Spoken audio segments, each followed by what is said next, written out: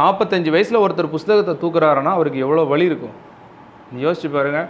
Family settlement சரியாக இருந்திருக்காது, விவசாயம் பண்ணுறதுக்கு தண்ணி இல்லை, கிரவுண்ட் வாட்டர் கீழே போயிடுச்சு, வாழ்க்கையில் என்ன பண்ணேன்னு தெரியாமல் எல்லோரும் டிஎன்பிசி படிக்கிறாங்க, மேலே தெரியல கீழே தெரியலாம் வேலைக்கு போயிட்டான், நம்மளும் படிப்போம்னு புஸ்தகம் தூக்கிட்டாங்க.